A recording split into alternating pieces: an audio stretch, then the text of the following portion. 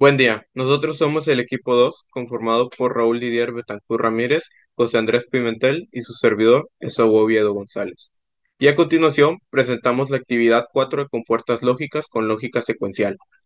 El circuito uno está compuesto por cuatro circuitos integrados, que son los 74LS112, cuatro LEDs verdes, resistencias de 100 ohmios y un botón. Los LEDs sirven para visualizar las salidas de los flip-flops al ser apagados o encendidos por los mismos. Los integrados son flip-flops tipo JK, o sea que pueden almacenar un bit y cambiar su estado con señales de entrada. Aquí lo importante es controlar todos los bits por medio de un botón conectado al CLC del primer integrado y con ello poder controlarlos a todos por medio de una conexión cascada, que es donde está el truco. Ahora, si revisamos el datasheet, este nos muestra cómo es su composición interna. Bien, y también podemos ver la tabla de verdad. Se ve compleja, pero si vemos el circuito, nos daremos cuenta que las entradas J y K de cada uno de los integrados están conectadas a una fuente de voltaje, por lo cual están forzadas a tener un uno lógico siempre.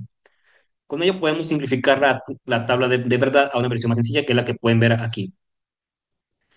Ahora, al solo tener unos lógicos, se fuerza un toggle que obliga a la Q, que es la salida que está mandando a los LEDs, a cambiar con cada pulso. Al tener los integrados conectados en cascada, se termina generando un contador binario, que es lo que tenemos aquí. Y eso es lo que es. Su función es ser un contador binario de 0 a 15. La utilidad de este tipo de circuito radica en su capacidad de guardar información de manera rápida y sencilla, permitiendo llevar controles y registros en procesos tanto sencillos como complejos. Muy bien. Para el circuito número 2 necesitaremos de los siguientes componentes. Cuatro resistencias de 100 ohms, dos dip de resistencias de 220 ohms de 7 pines, un dip de resistencias de 220 ohms de 4 pines, dos display, perdón, de cátodo común para poder visualizar el cambio numérico, un dip switch de 4 palancas para cambiar las entradas, cuatro LED para visualizar mejor la diferencia de las entradas y el modo de conteo, una fuente de voltaje de 5 volts, dos compuertas 74LS190 y dos compuertas 74LS48. En sí, la tarea específica de nuestro circuito es funcionar como un contador ascendente y descendente, esto por medio de los componentes que ya mencionamos anteriormente y sus características. Por ejemplo, el 74LS190 se trata de un circuito secuencial constituido a partir de compuertas lógicas que es capaz de almacenar y contar pulsos. En este caso, nos apoyaremos de su capacidad de realizar un conteo ascendente y descendente. Por otra parte, el 74LS48 es un circuito integrado que funciona como un decodificador de display BCD a 7 segmentos. Esta compuerta es capaz de convertir una entrada BCD de 4 bits en la combinación correcta para mostrar dígitos del 0 al 9 en un display de 7 segmentos de cátodo común, el cual es precisamente el que usaremos en el circuito. Una vez que hayamos conectado todos nuestros componentes dentro del circuito de forma como se puede ver dentro del simulador y en pantalla, nos ayudaremos de la tabla de verdad proporcionada por nuestro profesor y de las cuales también pudimos indagar para entender cómo funcionan las entradas y salidas de nuestro circuito. En este caso, el circuito ya está operando.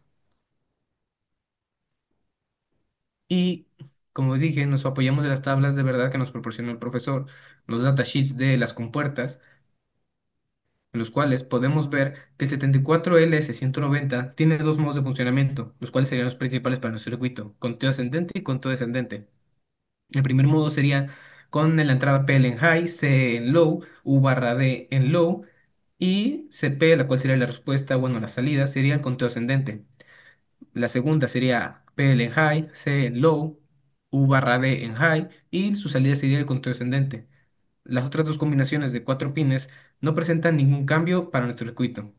Como podemos ver aquí en el circuito, el cual ya se encuentra operando, se encuentra en 0,0 inicialmente. Como ya mencioné de la tabla de verdad, su primera entrada se encuentra activa. La última, la cual es el modo de conteo, si activamos y desactivamos, iniciaría el conteo descendente. Como pueden ver, va desde cero y se puede llegar hasta el 99.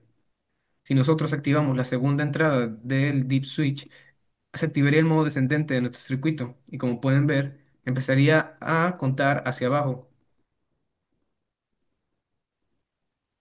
En esencia, estos serían los dos modos de funcionamiento de nuestro circuito.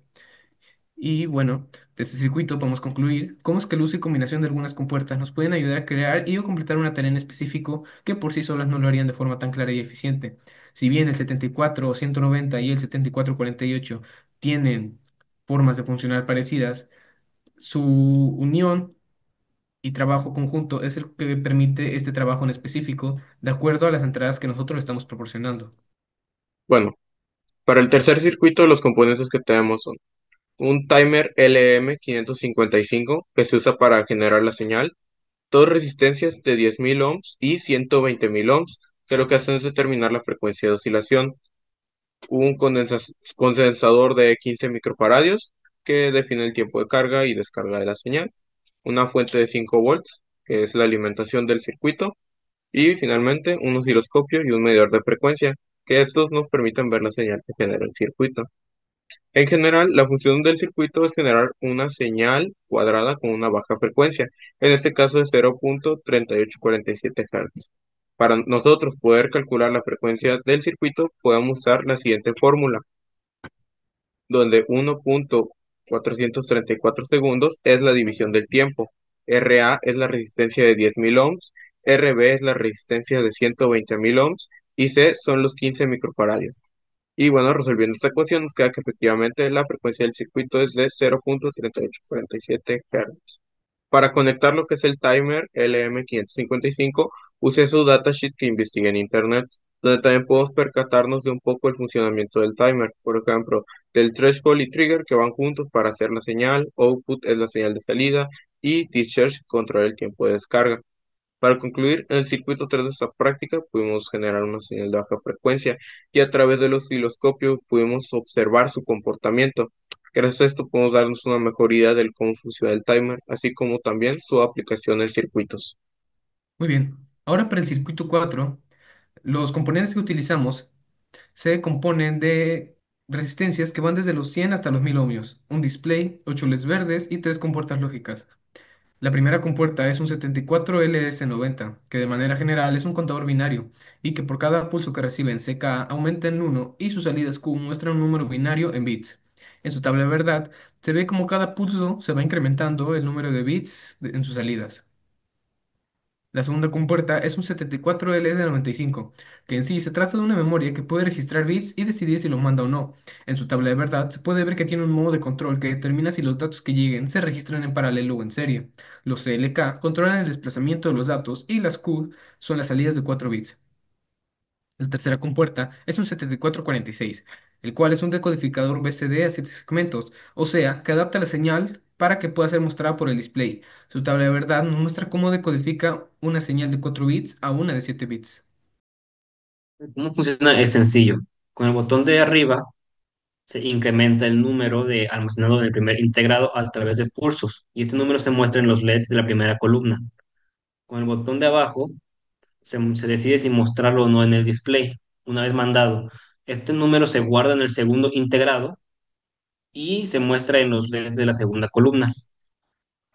A su vez, se puede decir con un pulso si mostrarlo o no, ya que este segundo integrado funciona como una memoria, pues almacena tanto el número que está mostrando como el que está cargando el primer integrado. El tercer integrado es solamente una forma de codificador, pues transforma la señal binaria a 7 segmentos. Esto para que el display reciba la información de manera correcta y lo pueda mostrar. Su importancia radica en la utilidad implementada en aplicaciones de conteo digital, como relojes o sistemas de control, pues poder controlar con mayor precisión qué información se desea mostrar o mandar es necesaria para procesos que no admiten un incremento secuencial, como el primer circuito, sino uno directo y preciso como este.